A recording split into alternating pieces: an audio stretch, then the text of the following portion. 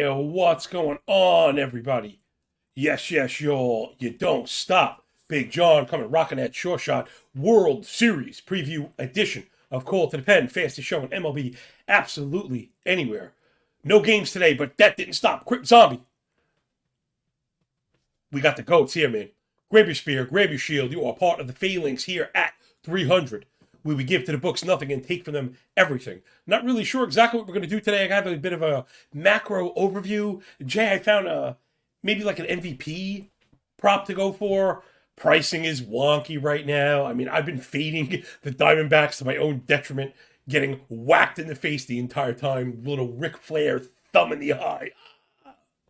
Unbelievable. I tweeted just this morning at John Laghezza. Follow me. Also follow the show at Call to the Pen HQ. Brian, good morning to you too, my friend. Grab your spear. Let's go. We have a town to defend. Right? People need us, man. I tweeted this morning, if you were told Zach Gallen, Diamondback ace, had a 5.24 ERA in the postseason, how far do you think they would have gotten? Now, maybe because I asked you the question, oh, John, maybe you're being cute, so maybe they got to the second series. Well, no, they're playing for the World Series. I can't believe it. Again, I'm not one of these boomers like upset that it's not the. I don't understand that whole argument. People are going nuts about the playoff format, and then people are going nuts that people are going nuts. Listen, if you watch this freaking sport for 6 months, there's no reason why we need to shorten 2 series or have rules. I mean, seriously, that's my beef. It's not like we can't figure it out. It's a weather thing. Either put roofs on these or cut the regular season a few days to give us the playoffs that we deserve. Anyway, rate, review, and subscribe because that stuff matters way more than it should. We're going to just dive into the macro, man. I was up so early just scraping playoff data. You go scrape playoff data. It is such a pain in the ass. It is such a pain in the ass. And I'm not even sure if it matters, but it was interesting to go look at some of this stuff, right? We want to think about construction and rotation, so I think that's where we'll start. Playoff rotations, and I have playoff hitter stats. I've got team year-to-date stats, and then I guess we could go with the bullpens if we get to the end of it. But without any further ado, all right, let's do that thing that we do. Can't believe it. Diamondbacks and Rangers. My man Salfino was showing off a ticket. Gosh, I forget the guy's name. Shame on me. Prominent handicapper that had that.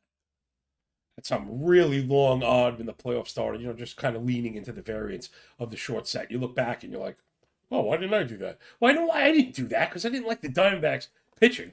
Well, here we go. So Gallen will be the game 1 starter after that. They haven't announced it. Fott has gotten 4 starts and Kelly 3. 17 innings for Kelly, 16 2/3 for Brandon Fott. They both been excellent. A little bit of the Spider-Man gif going on. Kelly with a 2.65 ERA, 1 flat whip, 10 Ks per 9, 3 earned runs. And Fott with a 2.7 ERA, 1.08 whip, 11.9 Ks per 9. But the big one for Fott is that K walk rate, 22 Ks to only 3 walks. That control has been excellent. When we see him, let's think about that under prop on the walks. PO, DGen. Man, I never know if you're up early or up late, but who cares, man? Maybe you pass me the vape after the show, maybe.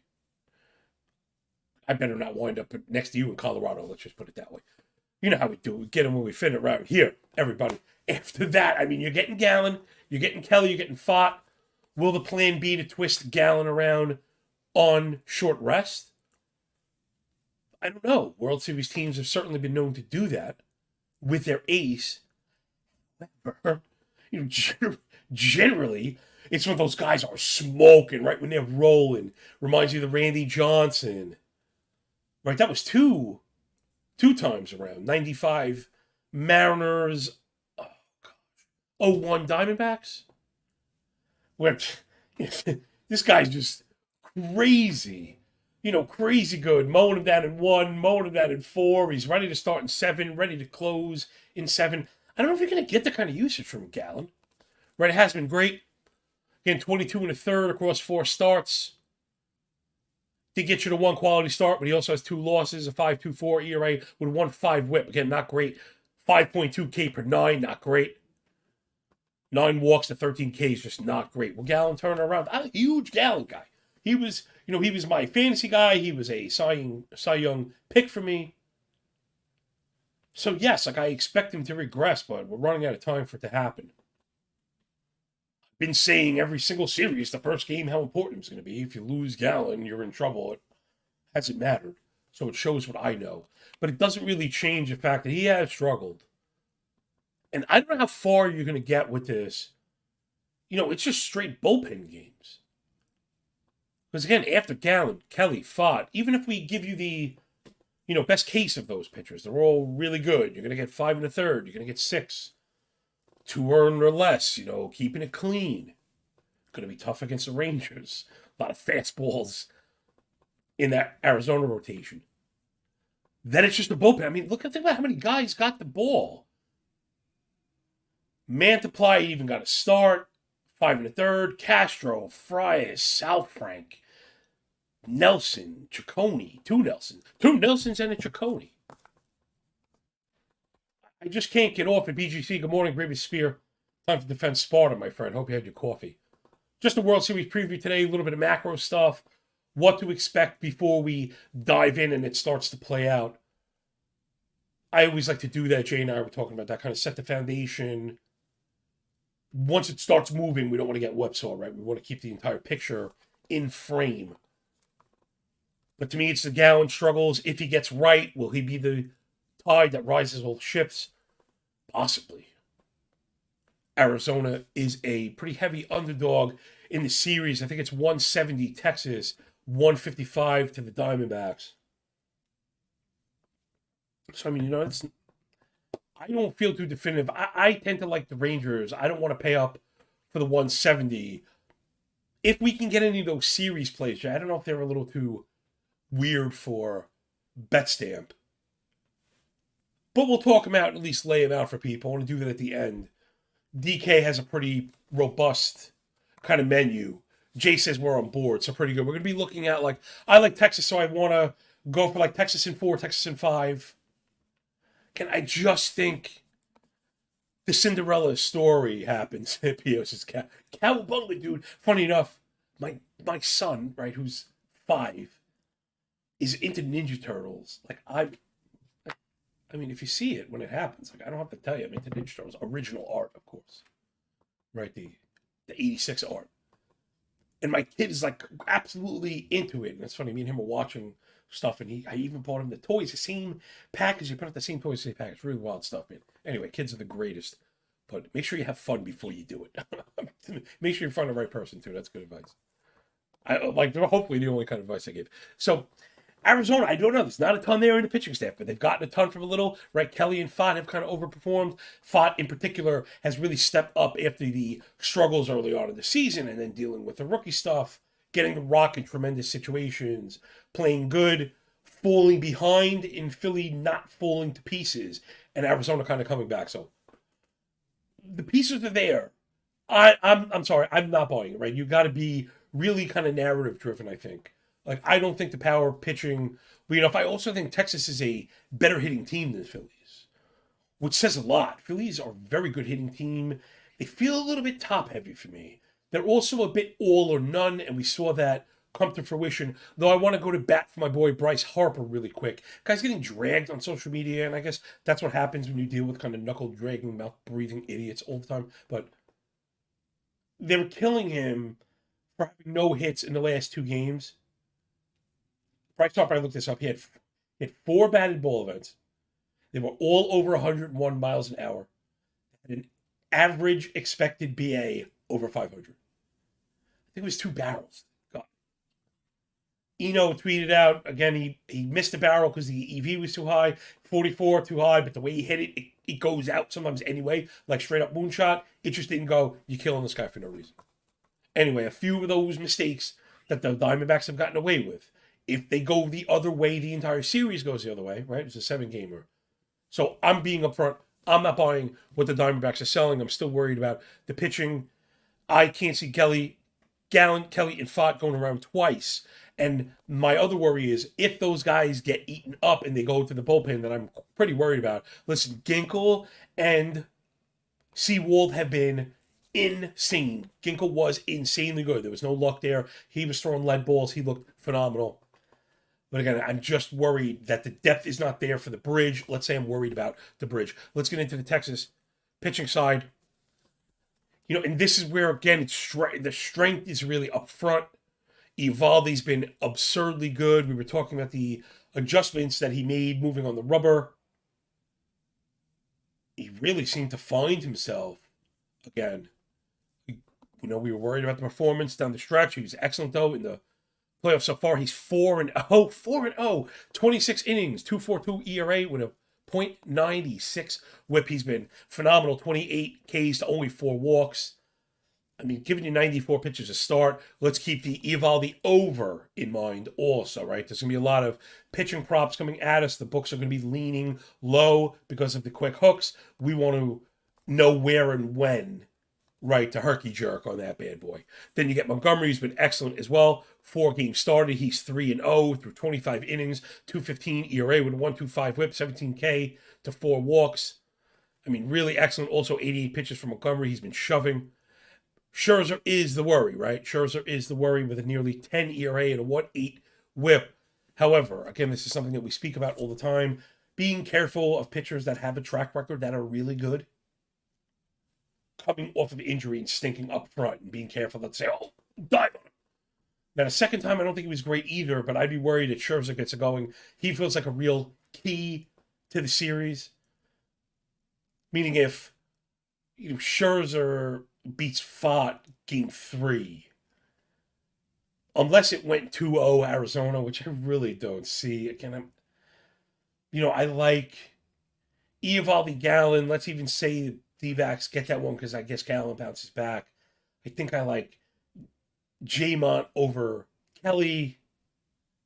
And again, I just like the offense in general. Texas bullpen's been very good. It's going to be great baseball, hopefully. But I worry a lot of what I'm seeing is coming back to just a bit of negative regression for the Diamondbacks. This is not to kill them or upset any of the fan base. People should be insanely proud of the team. They're playing awesome. They're young, sexy, and the window of opportunity is just opening for them. Like years and years to come. Corbin Carroll, who, Jay, don't let me forget, we want to get an MVP play on him. I guess we could might as well hit it now if you want to start bringing up betting markets and stuff. Give you a chance to go find it so don't kind of drop it in your lap. MVP, one of the cool futures bets you can make that you can get some decent odds on. Shoot, where I had here. I think I found 15. I think it was 15 to 1. And again, of course, I'm like scrambling. This is just seriously compelling radio right now. I freaking can't find the MVP. I'm going to have to go back. Series winner, correct score. What the hell am I doing, man? All right, I can't find it. DK's always like changing stuff and adding stuff. I'm like OCD'd. I get lost. Thank you so much, Jay. I can't really read. It's okay. Not you, it's me. I'm blind. All right. Yeah, I dropped the 10 to 1. Did I open my big mouth already? Corbin Carroll already dropping the 10 to 1. So, yeah, let's get it at 10 to 1. I like that. I was hoping to bring it up to myself so I could kind of read it. But Carroll has been phenomenal. Maybe that makes a good segue to jump into the hitting side again. I'm just trying to filibuster my way to an MVP, and I'm getting like supremely upset right now. Like the visibly upset is next on deck. Again, when you're compulsive like me and you get frustrated, that's what happens. On the Texas side, gee, maybe Eovaldi? I was trying to think of the Texas players that we like. Again, these numbers are on the move already. Believe it or not, Seager actually moved up. Seager was at plus 400. He went to 550. I mean, he feels like a kind of guy, right? Because hitters play every day. I think if I have and Corbin Carroll, of course, for sure. I want to be on both sides, right? Just in case, again, the odds are so long, we're not really going to get another nice, reasonable crack at it. I mean, if you want, you could scratch Seager, and we could just kind of go. I mean, at 5 to 1, if we hit 1, it's still profitable. But yeah, let's play for the long stuff. Let's play for the long stuff. I'll tell you what, if we really like Seager, we could probably get close to it on like home run stuff. I'm just saying, if he really, really matches up, kind of worried about Gallen. I like this side. Meaning, if Texas wins, maybe Eovaldi gets us to 3 wins, and he's lights out, gets the MVP. On the Arizona side, maybe it'll be Carroll. There's that segue I was looking for before I got lost for the 19th time. All right, let's check it out. Arizona offense, man, it's been really good. It's been really, really good. Carroll just went nuts in that game 7, all the stuff that you like to see. He's got 7 bombs and a double with an 850 OPS through the playoffs. Believe it or not, that's actually 4th on the team behind Ketel Marte, Alec Thomas, Gabriel Moreno. Thomas has 4 dongs, 6 ribbies. Man, looking excellent right now. 364 ISO in the playoffs. Again, you never know who the heroes are going to be. What's the Alec Thomas? Alec Thomas even listed as an MVP? That would be something. But again, it could be anybody, absolutely anybody. You really can't, fall in love with it. Again, I like the starting side. I think you want the number 1 because you need the times it through. And if it's a hitter, it's anybody's guess. Obviously, a 4 hitter is going to get a couple more plate appearances than like the 9 hitter, but through efficiency, you could easily catch up. I'm starting to get the feeling that this thing is not up right now. So yeah, I like those 2. Arizona offense rocking and rolling. I got some splits. Much better. Let's see. Actually, it's not really much of a split. Check it out. I was going to say they were much better versus lefties than righties. That's the way the regular season had panned out. Really not so much. Versus righties, Moreno has been killing it. Keep an eye on that. 400 BA through the playoffs against righties. Marte and Corbin Carroll with a 333. Man, Marte with 4 doubles. The power is coming against a left-handed stroke. Maybe that's where it is also. So let's keep that in mind when J-Mont's on the bump. Now listen, J-Mont's been awesome. But we kind of know playoffs have, right? It's all solo homers. Pitchers have their best control, try not to be cute. But the misses seem to go out. I don't want to get into ball conspiracy. But as we've just seen tons of homers. Like the majority of runs. Check this out. This is just outrageous. So maybe I should have said Arizona much better versus lefties. They have 1, 2, 3, 4, 5, 6 players have 2 dongs off lefties in the playoffs. That's insane. All 4 of Thomas's homers are off lefties. Marte, Perdomo, Carroll, Gurriel, and Moreno all have 2 homers, at least 3 ribbies. 3 of those guys have 6 ribbies. Marte has 7. Perdomo and Marte with plus 1,000 OPSs, and Thomas and Carroll if you want to go to plus 950. So I guess I was going to step on a small rake there, but Arizona versus lefties, they're going to really need to win that second game. That's a major, major turning point for them. I think if they don't get to the lefty, I'm not really seeing it. I let the batting averages versus righties throw me off a touch. But the power stroke really not there. In fact, outside of those doubles from Marte, only 2 homers, Moreno and Pham. Only 3 other players with doubles, Moreno, Walker, Longoria. Not looking great. All the slugs down. Again, Texas going to throw that power righties. Eovaldi and Scherzer, maybe even making that second game even more critical. Can Arizona find the sticks against Scherzer, who struggled in that pivotal game 3? That one just feels like everything. Jay, I mentioned a series, so you could bring those up and start whacking them. You start whacking them off. Why not? Just start whacking them off, Tony. So I think I like Texas, again, 4 and 5. That's where the juicy odds are. And I think it's the best way to try and skirt the minus 170 on the series. That I'm not a huge fan of. I think that's what the price is game 1. If that. It might not even be that game 1. Now it's starting to dawn on me that maybe I saw the World Series line somewhere else. In New York, DK will withhold awards that are voted on by people. let's see, Jay, I believe you're on MLB, and it's on, I thought it was World Series props. Again, I don't know. Oh, okay. Yeah, World Series, and then you can go to Series Correct Score. Okay, I gotcha. MLB World Series Series Correct Score. Then there's all types of stuff over on the runs and stuff like that. So I think I like, again, Texas 4-1 and Texas 4-2. Let's go buck on each. Look for the 4 or the 5 game win. And again, I like to look at all these ventures individually. People, and probably a good piece of advice hopefully we could leave you with on the way out as the season kind of winds down. Oftentimes I see tickets from people that are really sharp. And I don't want to be the one to say they're doing it wrong. They might hit and that might win. Maybe they always win. But in particular, when playing long odds and futures and things that are mutually exclusive, right? You want the venture to be a winner if one hits. Meaning in this case, a equal unit bet, equal amount bet is what I mean to say, on either one yields a win. If you tack on the next one, it doesn't. Funny enough, Jay, I almost feel like I also maybe like Arizona 7. If that makes sense, like, man, I wonder if we should go Texas sweep instead. Just go for Texas. Man, I think that's what I want.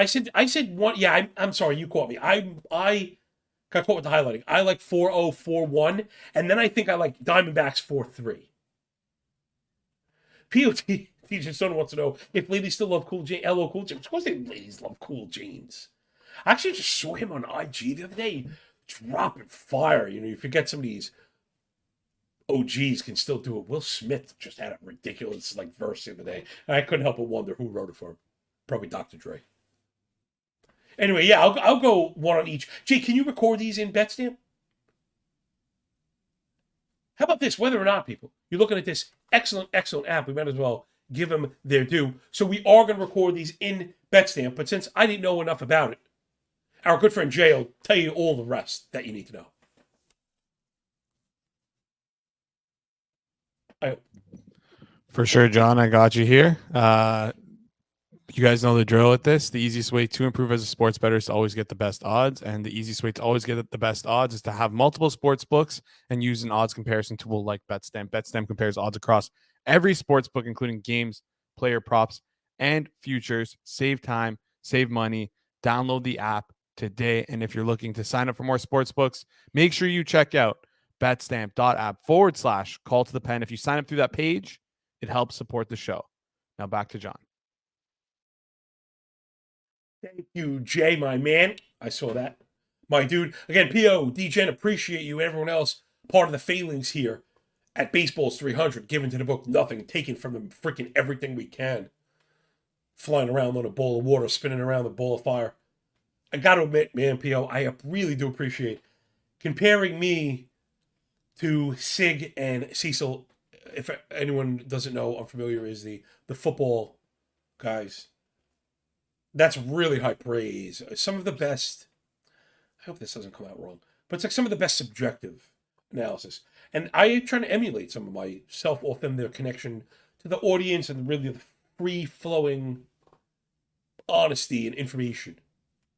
I like to add a little more numbers, if you ever noticed. But again, right, we're not right or wrong. We're all just different.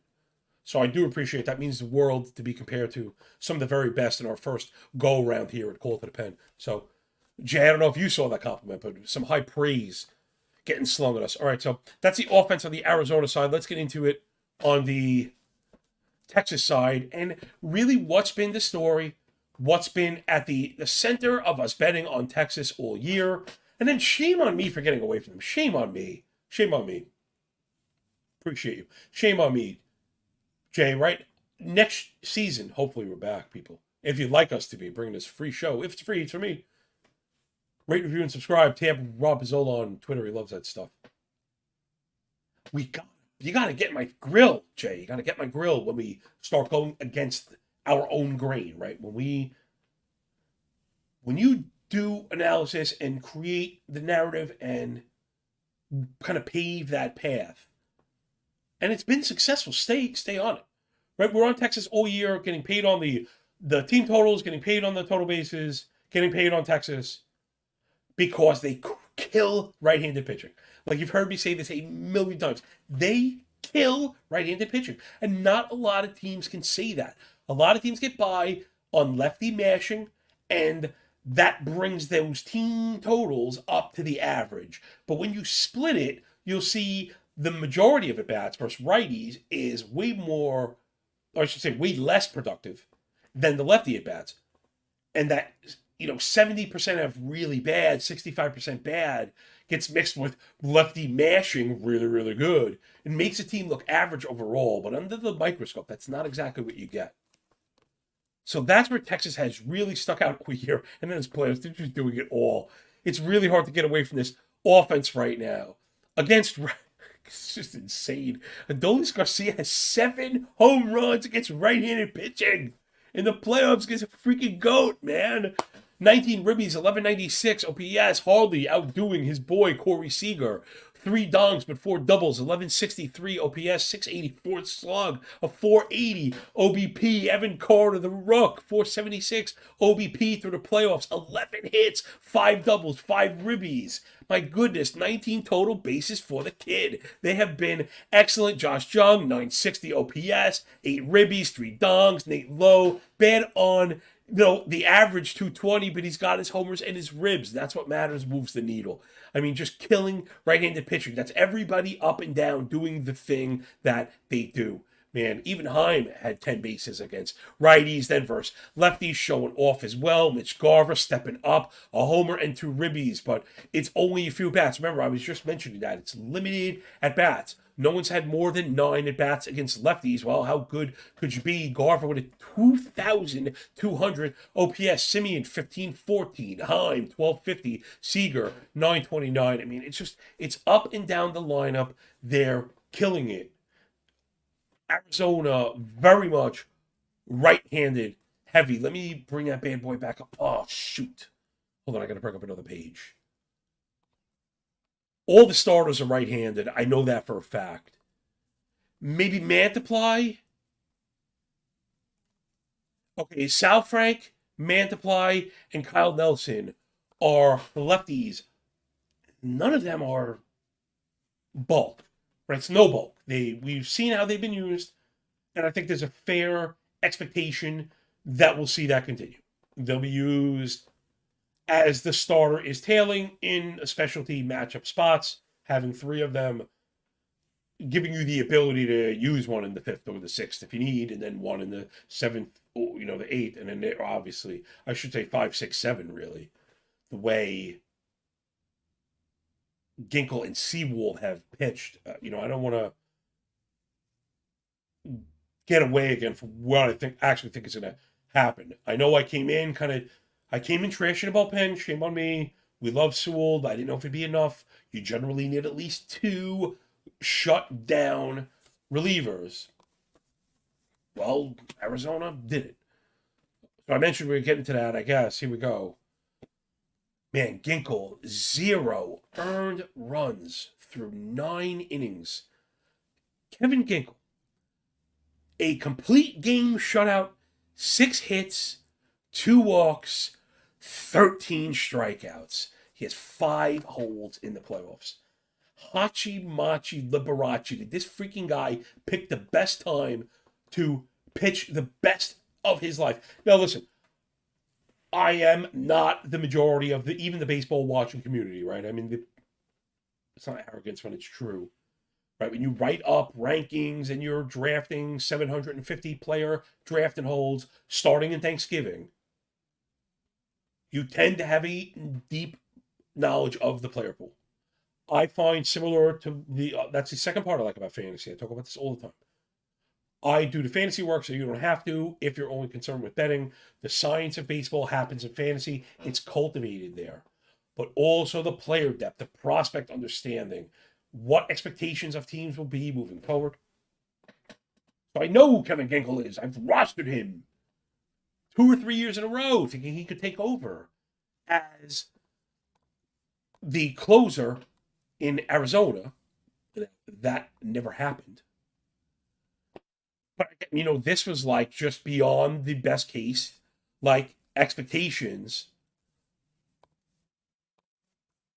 I think he must have been great in the minors or something at some point chasing. Yeah, I mean, when they were first getting ready to bring him up, this guy's posting, 40% strikeout rates for an entire. Jesus, I mean, it's got to be 100 innings. He posted like a 40% strikeout rate.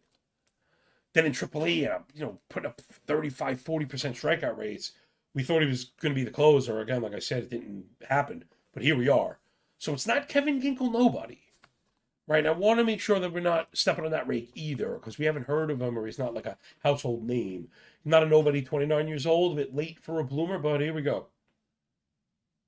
So the Diamondbacks, very, very strong in the 7th and 8th inning. I cannot get any further than that. So again, I'm on Texas all the way. If Gallen struggles, he gets eaten. Where do they go in the middle innings? If they get just blown out and yoked in game 1, then the Diamondbacks need to rely on those left-hand hitting stats that we mentioned to get to Montgomery, which is going to be tough because he's been freaking dealing. All the while needing to suppress a Texas offense that's just been like absolutely insane. As good as it gets, up and down, clutch at the top, youngsters stepping up. And then the Texas bullpen as well, dealing. Leclerc, 10 and a third. Oh, he got touched in one. I forgot. He got touched late. Chapman's been brilliant. And Bradford has been brilliant. Go figure. Just kind of crazy. I mean, Bradford, again, shame on me. One of the guys I perceived as a whole, he's through 5 2/3, giving up 1. Those are such high leverage outs that this guy got you, 20 outs, 17 outs, I'm sorry. On to the highest level, just outstanding stuff for them. What can you do? Dunning, if you told me Dunning would have the near 8 ERA, I'd say, well, Texas got wrapped up. Will Smith, he has a 9 ERAs. He gave up 2 through 2 as well. Stratton struggled, but up top they've been really good. I know, like I said, Leclerc had the 1 loss, but other than that, he's been strong. 9K per 9.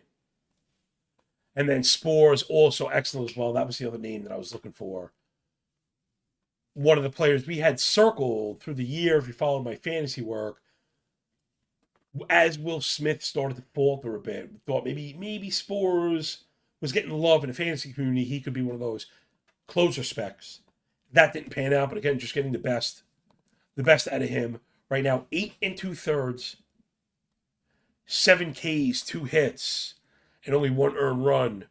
Between the two of those guys, that's been the reason for the success, really. And then Martin Perez has come in relief as an impact lefty, and that's also worked between the 3 of them, Spores, Bradford, and Perez, 13, 16, 17 innings, 3 earned. So the Texas bullpen stepping up as well. I guess I'd slot the Arizona offense over the middle of the Texas bullpen. But I think that's the least probable, right, to have an impact, because I don't know if we're really going to get it. Evaldi's good for 6. Montgomery's good for 6. I'm expecting the Scherzer bounce back. Yes, I've been wrong, but I think it's going to come back. I think people are going to be piling on that one as the Diamondbacks game, and I think that's the nail in the coffin. So again, I like the Texas sweep. I like Texas in 5. I just think they're a little bit further along. I think the team in general is a bit more mature. A few extra hitters that do, let's say they match up better at least. Or I have a better projected matchup for the Texas offense than the Arizona offense that really took advantage of left-handed pitching that I don't think they're going to see. I went through Brandon Fotto, again, been brilliant. But man, the Phillies just missed a couple off him. And yeah, it's a game of decimeters. I'm not calling him lucky or a bum. It's not like that at all. But we've talked about this.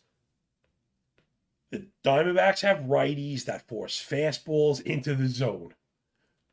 They're going to need to win in the zone consistently with the four-seamers and the sinkers, what Texas does best. I don't see that happening at a sustainable clip with the way Texas has been pitching, but we'll see what I know. So rate, review, and subscribe. Because, again, that stuff matters way more than it should, baby. Wrapping it up, we'll be here tomorrow, 9:30 a.m., same bat time, same bat channel, for the Game 1 breakdown. I fired off DMs to a couple guests. I was trying to get people in the chair. I was thinking maybe we'll wrap up with it. If not, maybe tomorrow will be the last solo one. Then we'll have a show for every game left, and then that'll be it. Sooner rather than later. No more show, man. Like saying I could stumble on it because it almost made me want to cry. That's how much it means to us. Come on, man. Me and Jay, hardest working duo in the biz. Like, the show reeks of effort. Like, I don't think that's kind of obvious. We reek of effort. We reek of something. So, BGC, Insight, PO, we really do appreciate you all, man. You're one of us.